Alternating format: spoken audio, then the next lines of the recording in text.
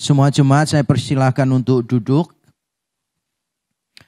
Nah, shalom, salam sejahtera bagi semua jemaat dimanapun kita berada.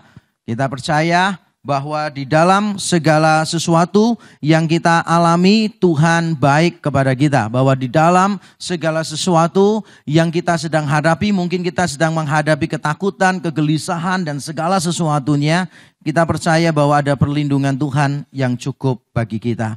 Nah, saudara, kita sedang menghadapi situasi yang tidak menentu. Penyebaran virus corona COVID-19 ada di mana-mana. Dan sayangnya tidak semua orang menyikapi dengan sikap yang sama. Ada beberapa yang mengatasnamakan iman, ada beberapa yang muncul dari ketidaktahuan, tapi mereka turut memperburuk keadaan. Kalau misalnya kita melihat di dalam berita, maka kita tahu di Korea Selatan misalnya ada sebuah gereja yang sektarian sekali yang bernama Shinjeonji Church of Jesus. Di situ jemaatnya ribuan, luar biasa banyak. Dan ketika Korea Selatan dilanda oleh pandemi ini, gereja ini awalnya tetap mengadakan ibadah.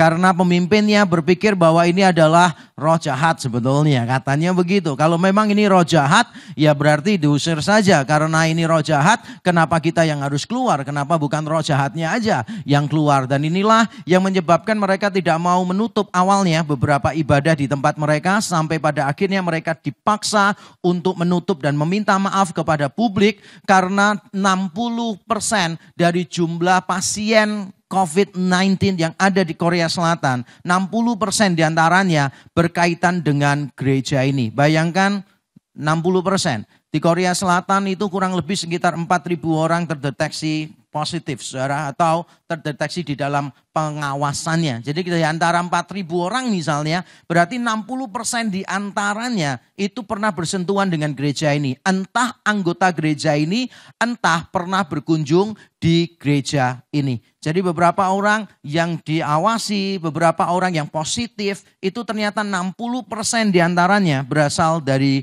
gereja yang sektarian ini. Lalu ada juga gereja yang mungkin muncul dari ketidaktahuan, River of Grace Community Church. Dari namanya River, kelihatannya memang gereja ini penyuka segala sesuatu yang berbau air, saudara. Jadi gereja ini meyakini bahwa kalau ada corona COVID-19, virus ini bisa dibunuh dengan menggunakan semprotan air garam. Maka jemaat-jemaatnya tiap kali datang, maka disiapkan selang berisi larutan air garam, kemudian disemprotkan di mulut jemaatnya. Jadi setiap jemaat dilakukan begitu. Mereka tidak tahu bahwa air garam tidak bisa membunuh virus corona. Dan mereka juga tidak tahu bahwa ketika satu pasien kena, maka pasien berikutnya atau orang berikutnya yang tidak terpapar, kemudian bisa terpapar. Dan ternyata memang benar, saudara, puluhan orang terkena COVID-19 dari klaster gereja ini. Dan kalau saya tambahkan daftar gereja di Korea Selatan, saya masih bisa menambahkannya lagi. Tetapi itu adalah cerita-cerita suram. Nah, mengapa semuanya ini bisa terjadi? Saudara, ada banyak alasan mengapa gereja pada awalnya enggan untuk menutup ibadah. Salah satunya adalah keyakinan mereka bahwa Tuhan akan menjaga setiap orang Kristen. Setiap orang Kristen dijaga. Wabah penyakit sampar, penyakit apapun tidak akan sampai kepada mereka. Dan kalau saudara mau tahu kira-kira teksnya apa yang mereka sering jadikan pegangan, maka jawabannya adalah Mazmur 91. Kalau saudara melihat ada orang yang sudah mencetak stiker Mazmur 91 dan mereka meyakini bahwa kalau ditempelkan di mana saja, maka wabah penyakit tidak akan mendatangi orang-orang Kristen. Apakah benar demikian? Apakah Mazmur 91 memberikan janji kepada semua orang Kristen tanpa terkecuali bahwa orang Kristen tidak mungkin terkena virus corona COVID-19? Mari kita pelajari bersama-sama. Mari kita membuka Alkitab kita. Bagi jemaat yang ada di rumah juga saya persilakan membuka Alkitab, mengambil catatan, atau kalau mau melihat di layar juga saya persilahkan. Saya akan membacakan Mazmur 91 ayat yang pertama sampai yang terakhir. Saya bacakan demikian. Mazmur 91 ayat 1 sampai 16. Orang yang duduk dalam lindungan yang maha tinggi dan bermalam dalam naungan yang maha kuasa akan berkata kepada Tuhan, tempat perlindunganku dan kubu pertahananku, Allahku yang kupercayai. Sungguh dialah yang akan melepaskan engkau dari jerat penangkap burung, dari penyakit sampar yang busuk. Dengan kepaknya ia akan menudungi engkau. Di bawah sayapnya engkau akan berlindung. Kesetiaannya ialah perisai dan pagar tembok. Engkau tak usah takut terhadap kedahsyatan malam, terhadap panah yang terbang di waktu siang, terhadap penyakit sampar yang berjalan di dalam gelap, terhadap penyakit menular yang mengamuk di waktu petang. Walau 1.000 orang rebah di sisimu dan 10.000 di sebelah kananmu, tetapi itu tidak akan menimpamu. Engkau hanya menontonnya dengan matamu sendiri dan melihat pembalasan terhadap orang-orang fasik. Sebab Tuhan ialah tempat perlindunganmu, yang maha tinggi telah kau buat tempat perteduhanmu. Malapetaka tidak akan menimpa kamu, dan tulah tidak akan mendekat kepada kemahmu. Sebab malaikat-malaikatnya akan diperintahkannya kepadamu untuk menjaga engkau di segala jalanmu. Mereka akan menatang engkau di atas tangannya, supaya kakimu jangan terantuk kepada batu. Singa dan ular tedung akan kau langkahi. Engkau akan menginjak anak singa dan ular naga. Sungguh hatinya melekat kepadaku, maka aku akan meluputkannya. Aku akan membentenginya, sebab ia mengenal namaku. Bila ia berseru kepadaku, aku akan menjawab. Aku akan menyertai dia dalam kesesakan. Aku akan meluputkannya dan memuliakannya. Dengan panjang umur akan kukenyangkan dia, dan akan kuperlihatkan kepadanya keselamatan daripadaku. Amin. Kalau kita membaca, Bapak Ibu Saudara yang ada di rumah maupun dimanapun Anda berada, ketika kita membaca Mazmur ini, maka kita akan mendapati Mazmur ini memang layak, pantas untuk dijadikan Mazmur favorit untuk mencari perlindungan dari Allah. Bagaimana tidak, saudara? Di dalam Mazmur ini kata benda dan kata kerja yang berkaitan dengan perlindungan muncul berkali-kali. Tidak heran kalau kita membaca sejarah penafsiran dari Mazmur ini, maka kita menemukan orang-orang Yahudi maupun orang-orang Kristen, mereka itu telah menjadikan ayat ini bukan cuma ayat favorit, tapi sebagian di antara mereka, baik dalam tradisi Yahudi maupun tradisi Kristen, mereka menjadikan ayat ini sebagai jimat atau mantra untuk menolak bala. Dijadikan mantra untuk menolak segala macam jenis kemalangan. Dan saya menganggap ini wajar. Bukan benar, tetapi wajar. Mengapa wajar? Coba kita lihat, saudara. Berbagai kata benda yang menunjukkan perlindungan muncul di dalam Mazmur ini. Ayat 1 ada kata lindungan. Ayat 1 ada kata naungan. Ayat 2 dan 9 ada kata perlindungan. Ayat 2 ada kata pertahanan. Di ayat 4 ada kata perisai dan pagar tembok. Di ayat 9 ada perteduhan. Di ayat 16 ada keselamatan. Saudara, ketika bencana datang, bukankah semua orang kepengen ini, saudara? Lindungan, naungan, perlindungan, pertahanan, perisai, pagar tembok, perteduhan, keselamatan. Ini yang dicari. Saya cuma membayangkan begini saja, saudara.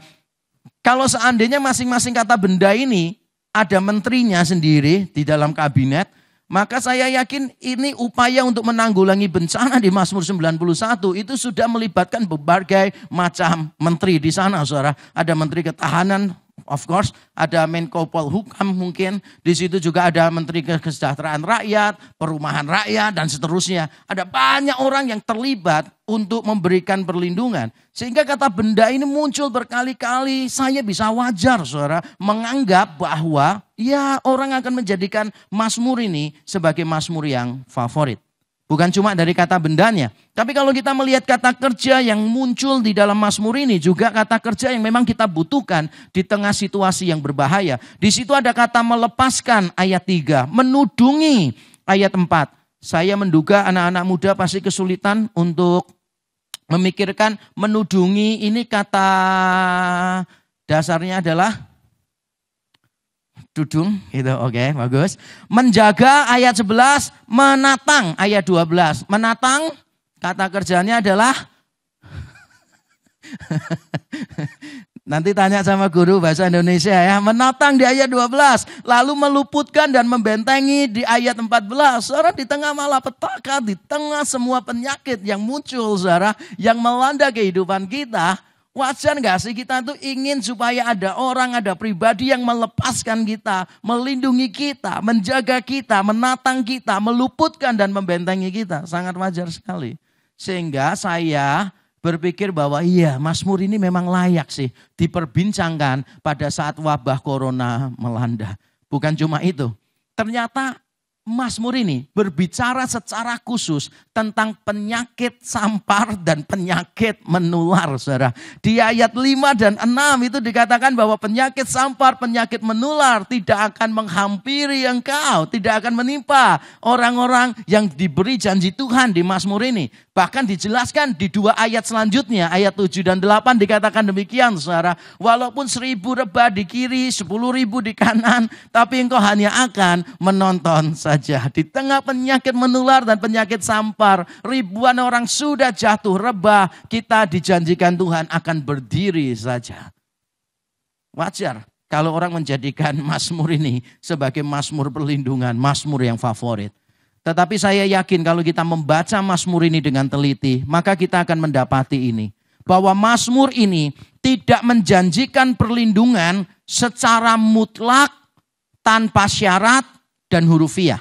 Perlindungan yang dijanjikan di dalam Mazmur 91 ini, saudara, tidak bisa diterapkan di dalam kasus corona COVID-19. Tidak bisa diterapkan secara mutlak. Tidak bisa diterapkan secara tanpa syarat dan tidak bisa diterapkan secara hurufiah. Dan saya akan memberikan 5 alasan mengapa saya mempercayai demikian. Yang pertama adalah fungsi awal Mazmur ini dalam konteks ibadah. Saudara, Mazmur itu tidak semuanya bersifat personal. Beberapa Mazmur itu sifatnya komunal. Artinya Mazmur-Mazmur ini disampaikan, dinyanyikan dalam konteks ibadah. Ada banyak karakteristik Mazmur ibadah, tapi salah satu karakteristik Mazmur ibadah adalah ada pergantian kata ganti orang. Jadi kita langsung tahu bagian mana diucapkan oleh siapa, bagian mana diucapkan oleh siapa. Ada perubahannya. Yang paling terkenal misalnya kita tahu, aku melayangkan mataku ke gunung-gunung, dari manakah akan datang pertolonganku. Jadi aku, ku. Tapi ketika kita membaca lagi, maka di situ nanti akan muncul kata gantinya berubah. Di sana dikatakan penjagamu tidak akan terlelap. Berganti mu, dia tidak akan membiarkan kakimu goyah. Penjagamu tidak akan terlelap. Berikutnya mu. Di dalam Mazmur 91 ini kita juga menemukan hal yang sama, saudara, yaitu perubahan kata ganti orang. Di ayat 1 dan 2 dikatakan orang yang berlindung, orang yang bermalam, orang yang diam. Berarti pemazmur menceritakan tentang sekelompok orang penerima janji, tapi dia tidak langsung bicara kepada mereka. Dia bicaranya seolah-olah orang-orang yang menerima janji ini secara orang ketiga. Tetapi mulai ayat 3 sampai yang ke-13 dia mengganti kata gantinya. Yaitu seolah-olah pemazmur berkata langsung kepada penerima janji. Maka dipakai kata engkau. Mulai ayat 14 sampai terakhir sampai 16. Maka kata gantinya sekali lagi berubah. Yaitu kata ganti aku merujuk kepada Tuhan dan engkau penerima janjinya. Pemazmur bicara tentang penerima janji dalam bentuk kata ganti orang ketiga. Kemudian pemazmur berbicara langsung kepada penerima janji, yaitu engkau. Dan bagian terakhir Allah memakai kata aku, berbicara langsung kepada, bukan berbicara langsung, berbicara dalam konteks orang ketiga tunggal untuk orang-orang yang menerima janji ini. Jadi pemazmur bicara tentang orang yang menerima janji dalam bentuk kata ganti orang ketiga, kemudian pemazmur bicara langsung kepada penerima janji, dan Allah memakai kata aku, orang pertama, berbicara kepada penerima janji dalam bentuk orang yang ketiga. Sungguh hatinya melekat padaku, bukan hatimu tapi hatinya. Saudara, perubahan kata ganti ini menunjukkan bahwa Mazmur ini dipakai di dalam konteks ibadah. Nah, kalau dipakai di dalam konteks ibadah, berarti kita perlu tahu janji-janji ini berlakunya secara umum.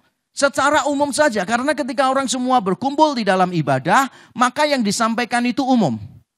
Apakah itu akan berlaku untuk setiap anggota yang hadir di dalam ibadah? Kita tidak pernah tahu. Mungkin Tuhan punya rencana yang berbeda untuk mereka. Misalnya nih, di banyak gereja yang saya pernah khotbah di sana, ada doa berkatnya itu begini. Diberkatilah pekerjaanmu. Jemaatnya bilang amin. Yang gak punya pekerjaan kira-kira bilang amin gak? Nah, bilang amin, tapi kan harus cari pekerjaan dulu baru diberkati kan gitu. Lalu diberkatilah rumah tanggamu. Yang jomblo kira-kira bilang amin gak? Amin, padahal belum punya pasangan begitu. Tapi kan ya yang jomblo tahulah berkat itu bukan untuk saya lah. Nanti itu waktunya untuk saya. Bayangkan seandainya ada anak remaja, ada anak pemuda di sana. Lalu dikatakan diberkatilah rumah tanggamu dan dia berkata amin, haleluya. Ya enggak lah. Itu semua sifatnya umum. Lalu ada berkat begini, diberkatilah buah rahimmu.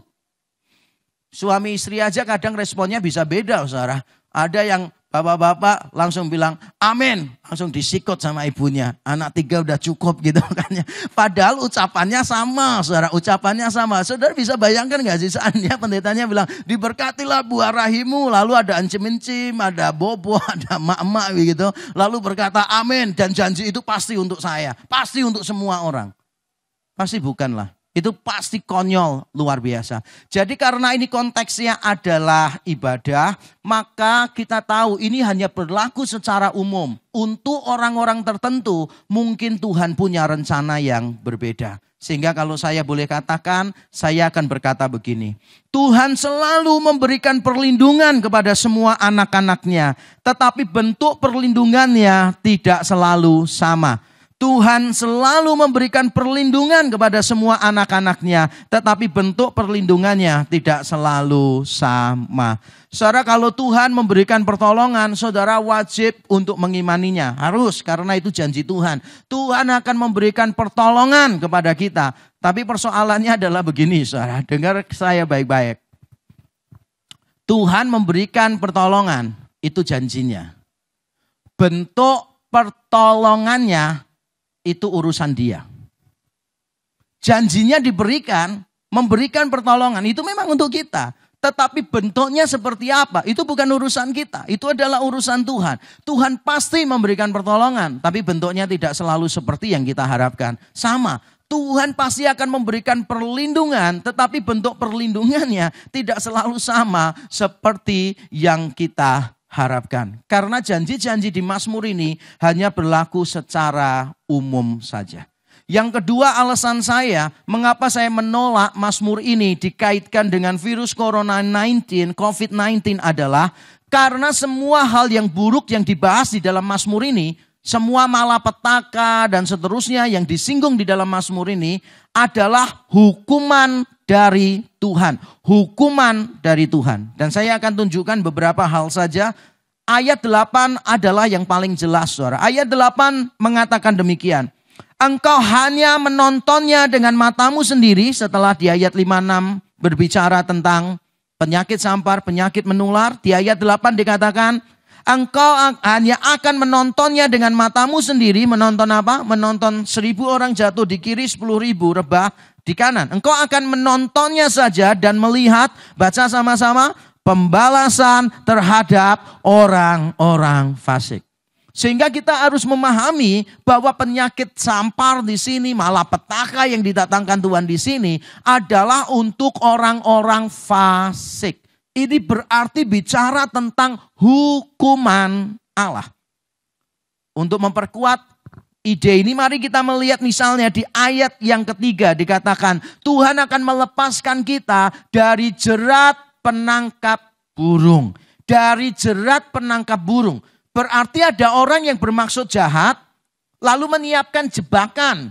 Supaya orang benar itu akhirnya masuk ke dalam perangkap mereka. Tapi Tuhan tidak akan membiarkan itu terjadi. Atau di ayat yang ke-10 kita melihat ada kata tulah, malapetaka dikaitkan dengan tulah. Walaupun kata Ibrani tulah itu tidak selalu berarti negatif, tapi dalam Mazmur 91 konteksnya sudah jelas. Ini artinya negatif. Tulah dalam arti hukuman. Untuk orang-orang fasik Tuhan menghukum mereka dengan penyakit sampar, dengan kekalahan perang dan seterusnya.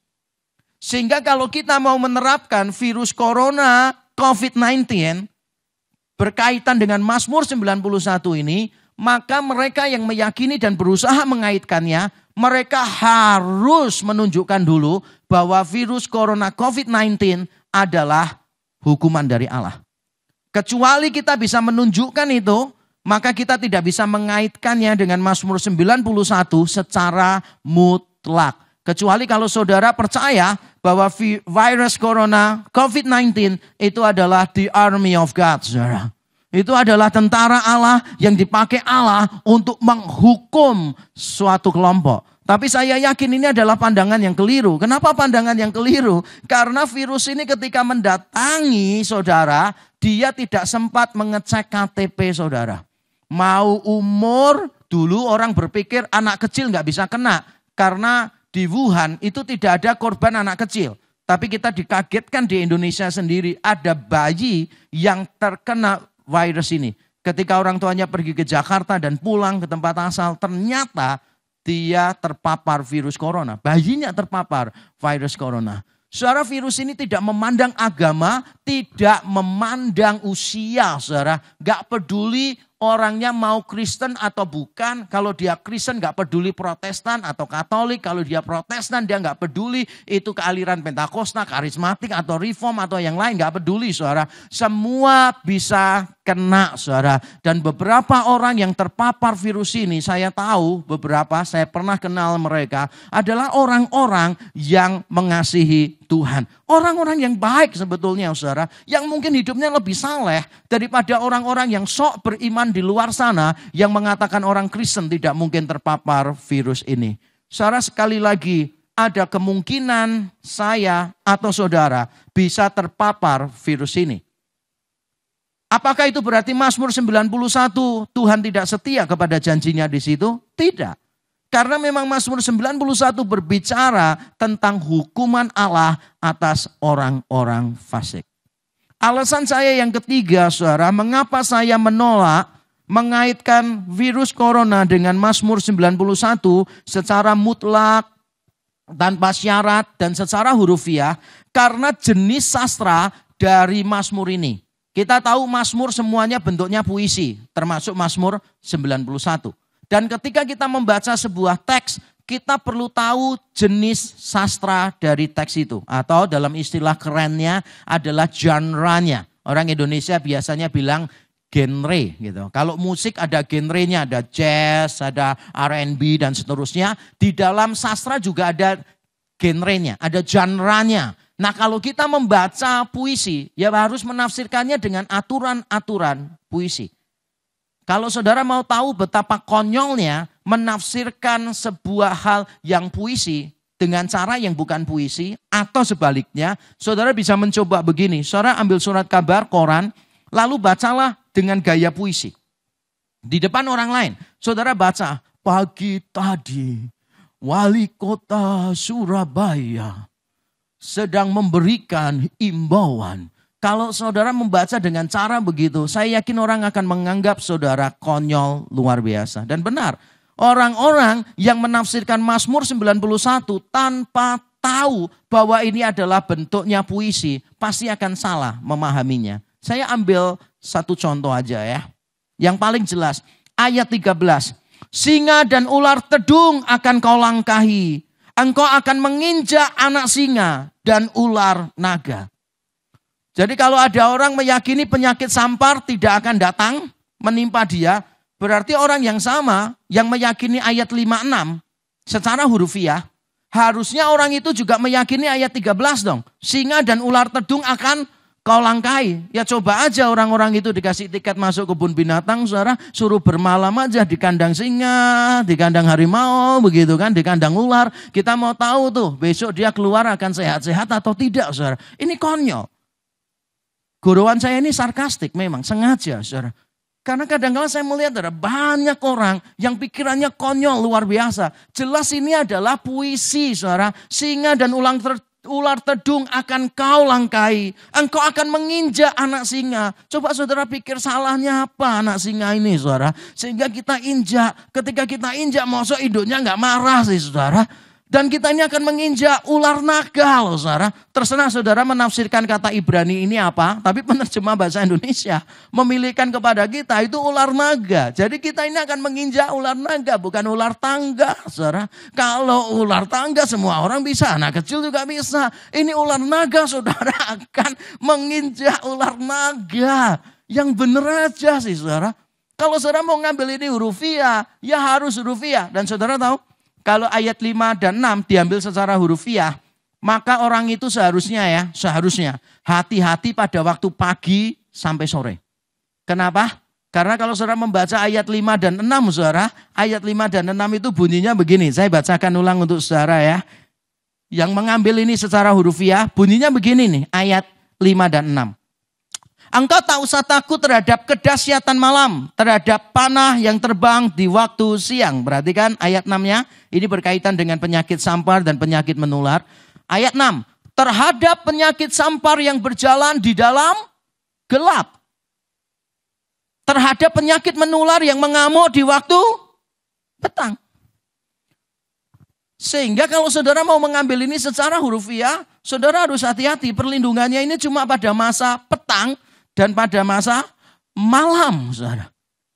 Menurut saya ini konyol lah, ini puisi saudara. Karena ini puisi kita berharap ada hiperbola di sana. Ada hal-hal yang dilebih-lebihkan di sana. Tapi bukan bermaksud untuk berbohong. Untuk menegaskan sesuatu. Contoh misalnya, kalau saya berkata kepada istri saya begini saudara. Seandainya aku harus melepaskan semua harta dunia untuk mendapatkan engkau. Aku tidak akan berpikir kedua kalinya. Istri saya tuh harus paham itu puisi. Gak boleh dia bilang seluruh dunia apa? Cicilan rumah aja belum lunas ini kan. Gak bisa lah dia akan bilang begitu. Kenapa? Karena maksud saya itu adalah seandainya aku harus kehilangan seluruh harta dunia untuk mendapatkan engkau. Aku tidak akan berpikir dua kalinya. Kan seandainya. Berarti kan belum jadi harta saya memang. Cuma seandainya saja. Nah ini sebetulnya adalah pengandian-pengandian untuk menekankan. Sama seperti kalau saudara cowok merayu cewek misalnya. Wajahmu seperti rembulan begitu. Wah engkau luar biasa.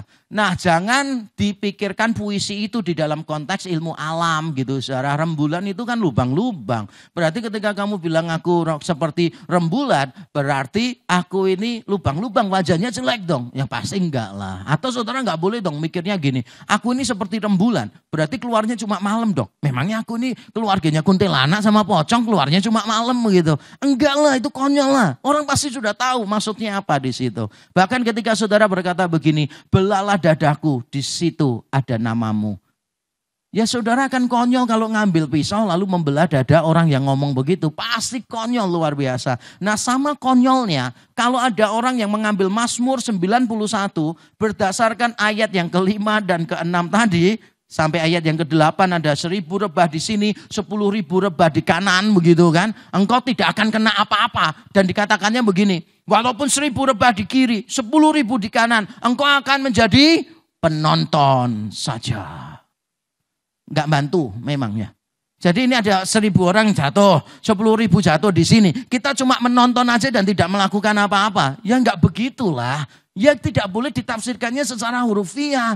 Jadi kalau sampai ada orang yang ngotot menafsirkan ini secara hurufiah, dia harus hati-hati loh saudara. Karena janji Tuhan ini kita tidak akan terjadi apa-apa. Kita hanya akan jadi penonton. Itu kalau sudah di sebelah kiri kita matinya berapa? 1.000, yang kanan 10.000. Angka pasien corona di Indonesia belum sebanyak itu, jauh, masih jauh saudara. Masih jauh dari itu, 50 aja belum lewat, benar ya? Sampai hari ini berapa? Yang mati. Yang meninggal kan enggak sampai. Iya kan sedikit sekali. Yang memang positif banyak. Tapi yang meninggal kan jumlahnya sedikit. Jadi harus nunggu 1.000 rebah di sini, 10.000 rebah di sini baru kita aman kan. Tapi pasti saudara tahulah ini konyol. Saudara konyol luar biasa. Kalau menafsirkan puisi seolah-olah itu hurufiah. Alasan saya yang keempat.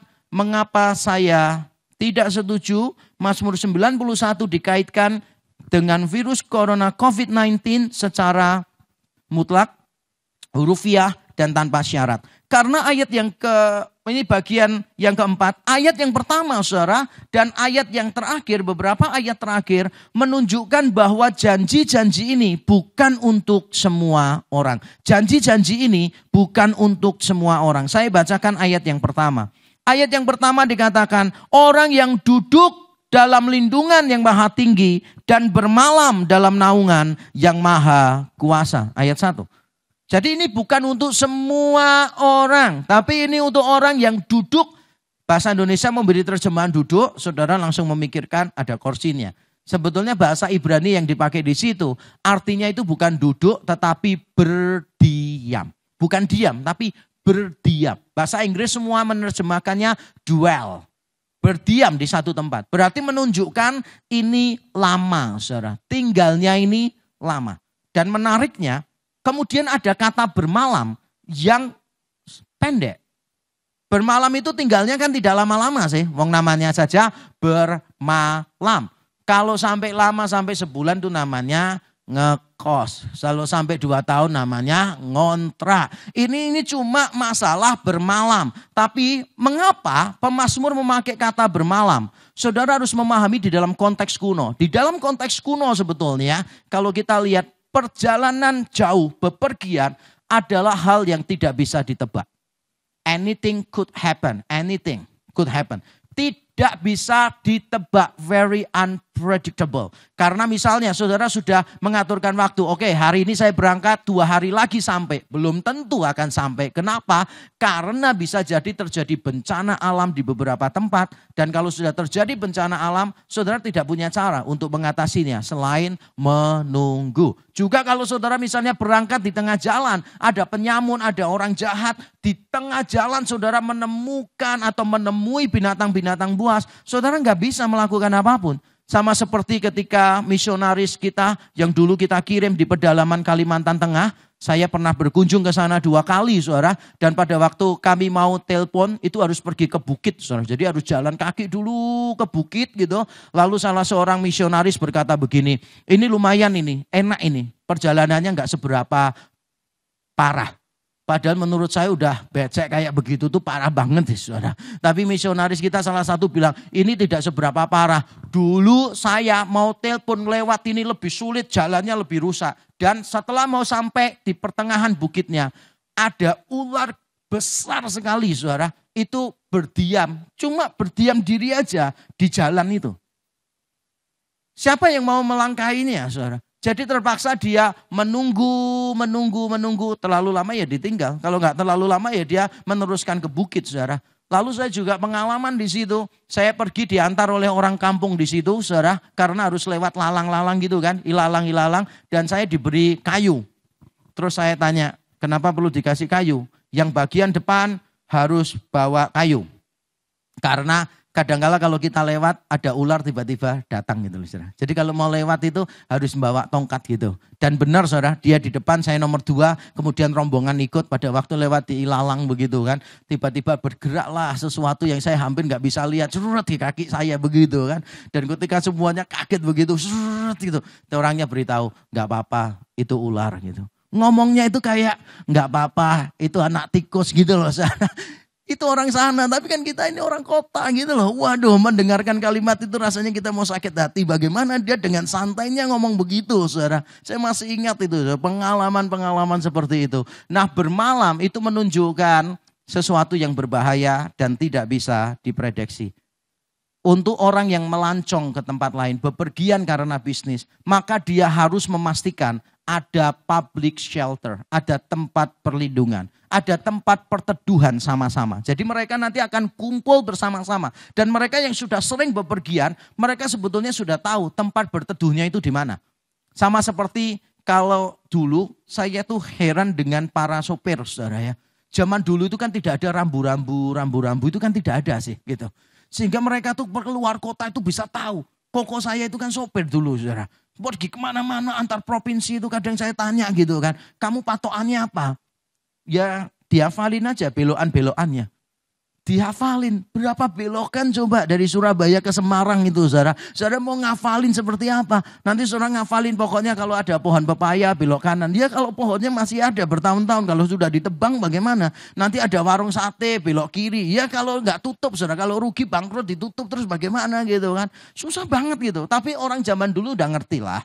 Mereka tuh sudah paham banget. Bahwa di tempat-tempat tertentu ada tempat perteduhan untuk bermalam. Dan ini penting. Kenapa penting? Karena udaranya super dingin. Kalau siang sangat panas, Kalau malam itu bisa minus 0 derajat, saudara. Bisa min 4 derajat Celcius. Kalau mereka ada di luar, tidak sampai ke tempat perlindungan pada waktu malam, mereka akan berada di dalam masalah yang besar. Dan juga mereka harus berkumpul bersama-sama untuk melindungi diri mereka. Hawanya dingin, mereka bukan cuma butuh tempat, tetapi mereka butuh teman yang banyak untuk menghangatkan. Dan mereka juga butuh teman yang banyak untuk melindungi diri dari penyamun, dari binatang buas dan sebagainya. Sehingga ketika pemazmur mengatakan orang-orang yang mendapatkan janji Tuhan ini adalah orang-orang yang bermalam dalam naungan yang maha kuasa. Gambarannya adalah orang-orang yang sadar hidup ini tidak pasti di depan. Hidup ini penuh dengan bahaya di depan. Dan kita hanya berharap kepada tempat perteduhan itu. Tempat untuk bermalam. Sehingga gambarannya ini bukan orang yang sok, saudara. Bukan orang yang sok beriman. Bukan orang yang kelihatannya gagah di dalam memamerkan imannya. Bukan. Ini justru menggambarkan orang-orang yang berkata begini. Aku ini lemah. Aku ini tidak bisa tahu apa yang terjadi di depan dan di depan ada banyak bahaya. Aku harus secepatnya sampai ke tempat perteduhan. Ayat-ayat yang terakhir menerangkan kepada kita, saudara, sebetulnya apa sih maksud lebih jauh dari berdiam, dari bermalam ini? Sebetulnya yang mau disampaikan apa? Ini kan cuma figurasi juga. Ini kan juga sebuah metafora saja. Jadi sebetulnya apa yang dimaksud di sini?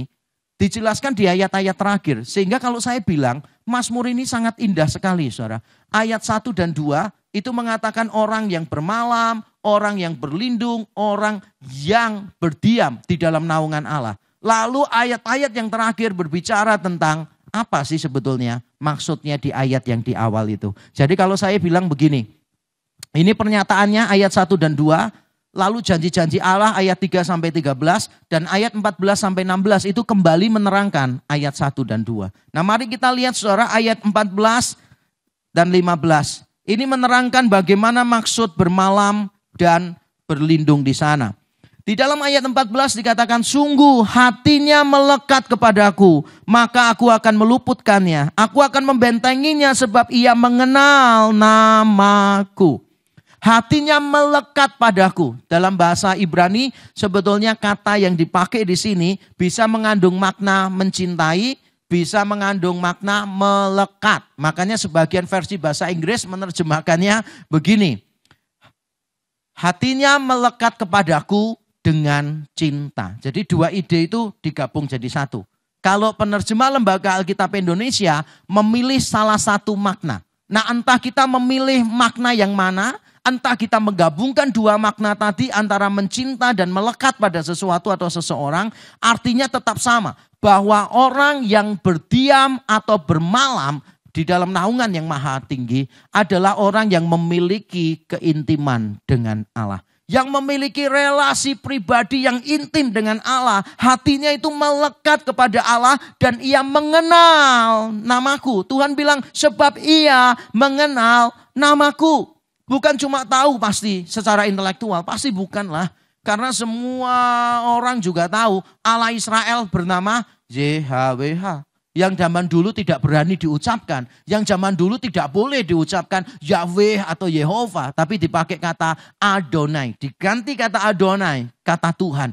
Nah saudara, mereka semua tahulah Allah itu YHWH. Yang dimaksud di sini bukan tahu secara intelektual, tetapi tahu secara personal.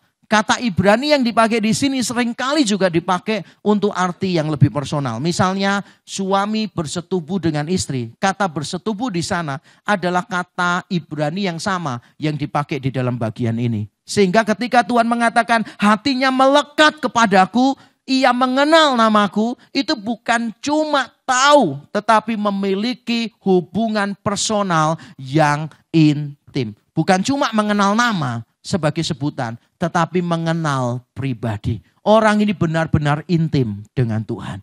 Jadi siapa orang yang berdiam dan bermalam di dalam naungan yang maha tinggi adalah orang yang memiliki relasi personal yang intim dengan Allah.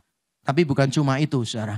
Orang yang bermalam, orang yang berdiam dalam naungan yang maha tinggi adalah orang yang suka berdoa. Berseru kepada Tuhan. Ayat yang ke-15 dikatakan, bila ia berseru kepadaku, aku akan menjawab, Aku akan menyertai dia dalam kesesakan. Aku akan meluputkannya dan memuliakannya. Bila ia berseru kepadaku, aku akan menjawab. Saudara, ada kata bila di sana. Sehingga orang-orang yang memiliki hubungan pribadi dengan Tuhan pun tidak boleh bilang begini. Gak perlu kita doa lah. Kan kita udah dekat sama Tuhan. Tuhan pasti tahulah maksud kita apa. Enggak loh, tetap berlaku. Walaupun kita hatinya sudah melekat kepada Tuhan, tetap Tuhan bilang apabila ia berdoa. Bila ia berdoa. Kata bilanya harus digaris bawahi. Apabila dia berdoa, aku akan menjawab. Aku akan meluputkannya dalam kesesakan. Saudara, jangan sampai saudara tuh sok merasa yakin bahwa Mazmur ini berlaku untuk saudara yang baru dekat dengan Tuhan beberapa bulan terakhir ini saja, saudara. Ketika virus corona merajalela kemana-mana, saudara baru cari Tuhan, saudara baru berusaha dekat terus sama Tuhan, berdoa terus sama Tuhan, begitu. Dan saudara berharap semuanya akan baik saja. No. Karena ayat ini bicara tentang orang yang benar-benar hatinya melekat kepada Tuhan. Yang kenal Tuhan secara pribadi, bukan cuma mencari Tuhan pada waktu ada masalah. Bukan cuma cari Tuhan pada waktu membutuhkan pertolongan. Tapi memang hatinya nempel sama hatinya Tuhan. Memang dia mengenal pribadi Tuhan dengan baik. Justru karena dia mengenal siapa Tuhan, dia berseru kepada Tuhan. Justru karena dia mengenal siapa Tuhan dan siapa dirinya yang lemah, maka dia berseru kepada Tuhan. Kata Ibrani berseru di sini, berdoa di sini, saudara. Saudara jangan pikirkan orang-orang yang angkuh itu, saudara. Yang seringkali sok beriman dan berkata, kalau kita punya iman, Tuhan tidak punya pilihan. Tuhan pasti akan memberikan apapun yang kita imani. Itu doa yang sombong sebetulnya, saudara. Harusnya gitu kita ingat. Pemazmur di dalam Mazmur ini juga mengatakan, menggambarkan kita itu seperti seekor anak burung di bawah kepak sayap Tuhan. Kita ini anak burung. Ada orang yang bilang, ya tapi kan burungnya Raja Wali. Mau burung Raja Wali, mau tidak, tetap kita ini anak yang masih ada di bawah kepaknya. Kalau masih ada di bawah kepaknya, saya yakin ya Raja Wali yang masih ada di bawah kepak induknya, itu kalau ditandingkan sama kalkun ya tetap menang kalkun, saudara. Ditandingkan sama ayam jago ya mungkin kemungkinan besar menang ayam jago. Karena penekanannya di anak burung yang masih di dalam kepak sayap induknya. Kita ini merasakan bahwa kita ini tidak bisa melakukan apa-apa tanpa Tuhan. Yang terakhir, saudara, mengapa saya yakin bahwa ayat ini Mazmur 91 tidak bisa diterapkan dalam kasus corona adalah karena Tuhan Yesus sendiri memahami janji-janji di sini secara berbeda. Mari kita lihat, saudara, pemahaman Tuhan Yesus tentang Mazmur ini. Ini poin yang penting sekali. Di dalam Matius pasal yang keempat, Tuhan Yesus dicobai oleh iblis. Dia dibawa ke bubungan bait Allah. Lalu iblis berkata begini, Matius 4 ayat 6 dan 7. Lalu berkatalah iblis kepadanya, jika engkau anak Allah. Seharusnya beberapa versi seperti New International Version menerjemahkannya bukan jika, tapi karena. Karena engkau anak Allah, jatuhkan dirimu ke bawah, sebab ada tertulis mengenai engkau, ia akan memerintahkan malaikat-malaikatnya, dan mereka akan menatang engkau di atas tangannya, supaya kakimu jangan terantuk kepada batu. Ini kutipan dari Mazmur 91. Jadi iblis ini mengutip dari ayat Alkitab. Makanya kalau saudara berkata pendeta itu Alkitabiah kok, dia mengutip ayat Alkitab, maka saudara harus percaya iblis pun Alkitabiah. Karena iblis juga mengutip ayat Alkitab. Kalau saudara berkata begini loh, tapi orang-orang itu loh, pendeta-pendeta itu, orang-orang yang beriman loh, di tengah situasi bahaya kayak apapun, dia beriman, Tuhan akan menatang tangan kita. Maka engkau harus percaya juga bahwa iblis adalah orang yang beriman juga. Karena iblis tahu loh janji Allah di sini. Dan iblis berkata, karena engkau anak Allah. Coba saudara pikirkan ya. Yesus benar-benar anak Allah enggak? Anak Allah. Mazmur 91 benar-benar memberikan janji enggak? Janji Tuhan akan melindungi, begitu kan? Mazmur 91 ini ditujukan kepada orang benar dan Yesus adalah orang yang benar. Tapi mengapa Yesus tidak melompat ke sana? Malah sebaliknya Yesus berkata begini di ayat 7 dari Matius 4. Yesus berkata kepada iblis itu kepadanya, ada pula tertulis, janganlah engkau mencobai Tuhan Allahmu. Jangan mencobai Tuhan Allahmu. Saudara, ketika ada orang yang memakai Mazmur 91 ini dan mereka bertindak sembarangan, garis bawahi, bertindak sembarangan. Karena saya tahu ada orang yang pakai Mazmur 91 dengan berhikmat. Tetapi ada orang yang pakai Mazmur 91 seolah-olah ini adalah mantra penolak bala dan mereka tidak peduli dengan social distancing. Mereka tidak peduli untuk menjaga jarak, menjaga kebersihan dan sebagainya. Maka orang-orang seperti itu bukan orang-orang yang beriman menurut Tuhan Yesus. Tapi orang-orang yang mencobai Tuhan. Jelas kasusnya. Ada ayat tentang janji perlindungan di Mazmur 91. Iblis mengambilnya dan dia menggoda Yesus untuk bertindak ceroboh. Tapi Yesus menolak untuk bertindak ceroboh. Kenapa Yesus menolak? Karena Yesus tahu cara menggunakan Mazmur 91 bukan seperti itu. Jadi kalau saudara percaya kepada Mazmur 91 ini, lalu saudara bertindak ceroboh, engkau bukan sedang beriman, tapi engkau sedang mencobai Tuhan. Kalau memang demikian, pertanyaan kita adalah so what? Lalu apa yang kita bisa tarik pelajaran dari Mazmur 91 ini? Kalau memang itu tidak bisa diterapkan dalam konteks virus corona ini, COVID-19. Dan kalau memang kita tidak bisa menerapkannya secara mutlak, secara hurufiah, tanpa syarat. Lalu bagaimana kita memandang Mazmur ini? Saudara, ada beberapa hal yang saya mau bagi untuk kita semua.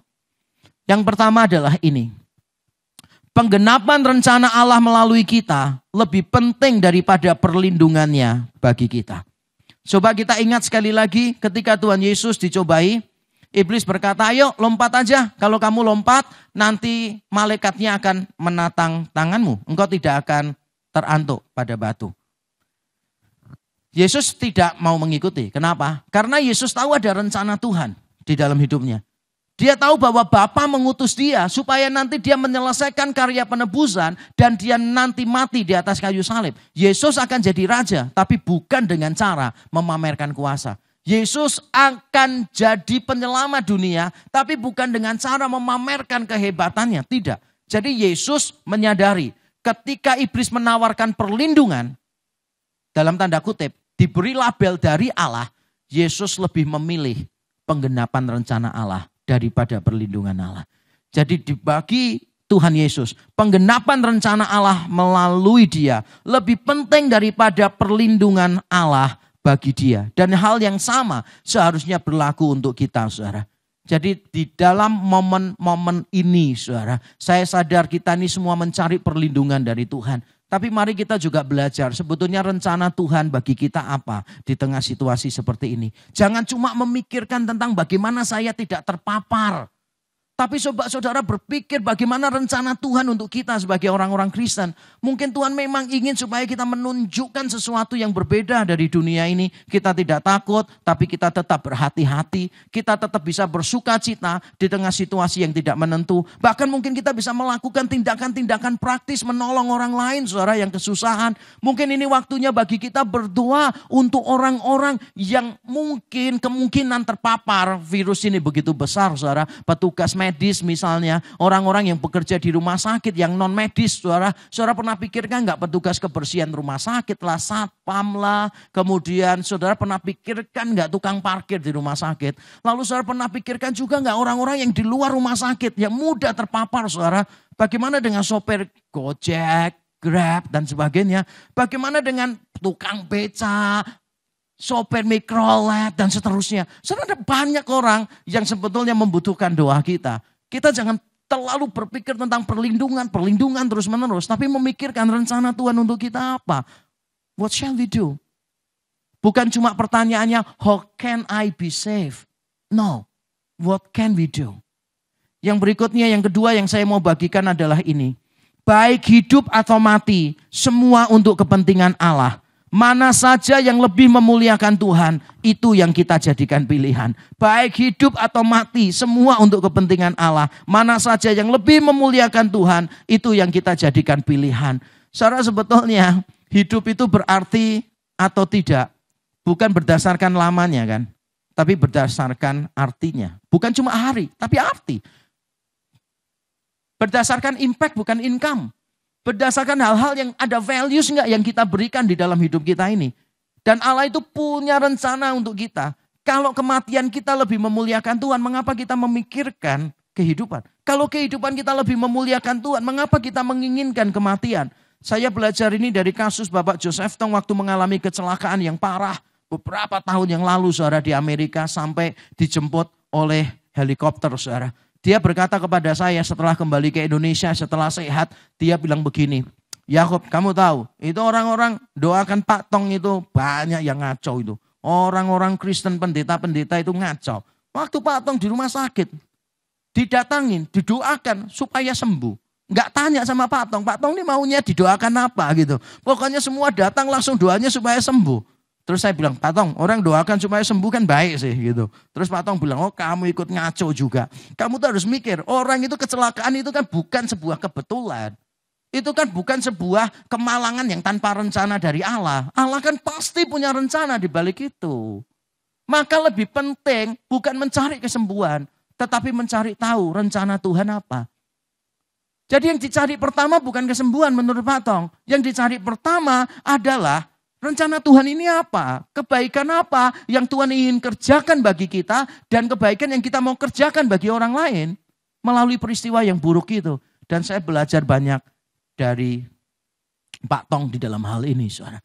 Baik hidup maupun mati, itu kita harus memuliakan Tuhan. Pak Tong berkata, kalau memang kematian Pak Tong lebih memuliakan Tuhan, kenapa mereka doakan Pak Tong supaya sembuh? Saudara, mari kita renungkan hidup kita, saudara. Baik hidup atau mati, semua untuk kepentingan Allah. Mana saja yang lebih memuliakan Tuhan, itu yang kita jadikan pilihan. Dan yang terakhir kita baca bersama-sama sebagai penutup khotbah ini, saudara. Ini pelajaran yang ketiga yang kita ambil dari Mazmur 91. Mari kita membaca 1, 2, 3. Bagian kita adalah menjaga diri sebaik mungkin sambil terus mendekat kepada Allah. Jika sesuatu yang buruk tetap terjadi, hal itu berarti Allah sedang menyiapkan sesuatu yang lebih baik daripada sekadar perlindungan. Allah sedang menyertakan kita dalam rencananya. Saudara, saya tidak tahu apa yang akan terjadi dengan saya dan saudara dalam beberapa minggu terakhir ini atau beberapa bulan ke depan, saya sama sekali tidak tahu. Tapi satu hal yang saya tahu, kalau sesuatu yang buruk terjadi, maka Tuhan akan mengerjakan kebaikan melalui sesuatu yang buruk. Tuhan kita bisa mengerjakan kebaikan lewat apa saja. Ketika kita tidak mendapatkan perlindungan secara umum, berarti Tuhan sudah menyiapkan sebuah rencana perlindungan yang khusus untuk kita. Mari jangan takut, jangan panik, tetap stay safe and healthy, saudara. Tetap ikuti imbauan pemerintah untuk social distancing sebisa mungkin. Kecuali karena kalau saudara berpikir memang harus melakukan itu sangat penting sekali, pekerjaan tidak bisa ditinggalkan, nanti anak-anak, istri tidak bisa makan. Saudara minta hikmat sama Tuhan dan tetap berusaha sebisa mungkin untuk stay safe and healthy. Dan kalaupun apapun yang terjadi di dalam hidup kita, kita percaya Tuhan tempat perlindungan kita. Bentuk perlindungannya berbeda-beda, tapi for sure Dia adalah perlindungan bagi kita. Mari kita berdoa. Bapa di surga, terima kasih untuk firman-Mu yang menghibur kami di tengah kesusahan ini ya Tuhan. Kami datang kepadamu ya Tuhan, membawa semua keresahan kami, kegelisahan kami, ketakutan kami, kecemasan kami. Di tengah situasi yang tidak menentu di depan, di tengah banyak faktor yang kami tidak bisa kontrol ya Tuhan. Walaupun kami berusaha menjaga diri kami sebaik mungkin, tapi kami tahu itu tidak bisa menjamin kami akan baik-baik saja. Bahkan kami juga seringkali tidak sadar kami bisa melakukan sesuatu yang buruk kepada orang-orang yang di dekat kami, menularkan virus itu tanpa kami sadari. Tuhan, situasi yang benar-benar buruk ini, kami bersyukur Tuhan mau berbicara kepada kami. Engkau tempat perlindungan kami ya Tuhan. Engkau tempat perlindungan kami. Mungkin kami datang dengan kecemasan kami akan terpapar virus ini. Kami datang kepadamu. Mungkin kami juga datang kepadamu dengan kegelisahan karena kami tidak mau menulari orang lain. Mungkin kami datang kepadamu dengan kegelisahan karena pekerjaan kami begitu sepi, bisnis kami mandek dan kami tidak bisa melakukan banyak hal. Mungkin kami datang kepadamu dan berkata, Tuhan, kalau ini bertambah buruk bagaimana dengan cicilan dan angsuranku? Ada banyak hal yang mungkin kami khawatirkan ya Tuhan. Situasi mungkin bisa menjadi lebih buruk. Tapi Engkaulah tempat perlindungan kami yang teguh ya Tuhan. Kepadamu kami berserah penuh. Kepadamu kami datang. Kami melemparkan semua kekhawatiran kami kepadamu karena Engkau yang menyuruh kami melakukannya. Karena Engkau tidak ingin kami menanggungnya. Situasi ini terlalu berat bagi kami. Tapi kami bersyukur Engkau Allah pernah menjadi manusia. Engkau mengalami penderitaan. Engkau mengalami kematian. Bahkan Engkau mengalahkan keduanya. Penderitaan dan kematian. Engkau kalahkan ya Tuhan. Dan kami bersyukur. Kami menaruh hati kami, seluruh hidup kami kepadamu. Dan kami ingin berkata, jiwaku tenanglah. Jiwaku tenanglah. Tuhan ada perlindunganmu. Terima kasih untuk firman-Mu. Di dalam Kristus Yesus Tuhan. Kami berdoa dan menyerahkan diri kami. Amin. Tuhan memberkati kita.